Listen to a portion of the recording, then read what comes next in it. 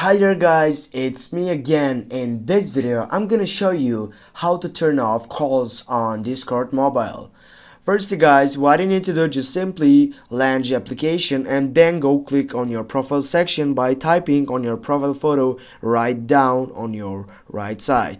Then you need to go down, scrolling down by typing on the app settings section through the second one to notifications. Click on that and then select the third selection, tweak notification settings. Now it's gonna be included the version of your phone contented to your Discord. Now what you need to do, just simply scroll down and go for call notification categories, the first one, and go for show notifications. Click this off or just turn it off with clicking on your left side.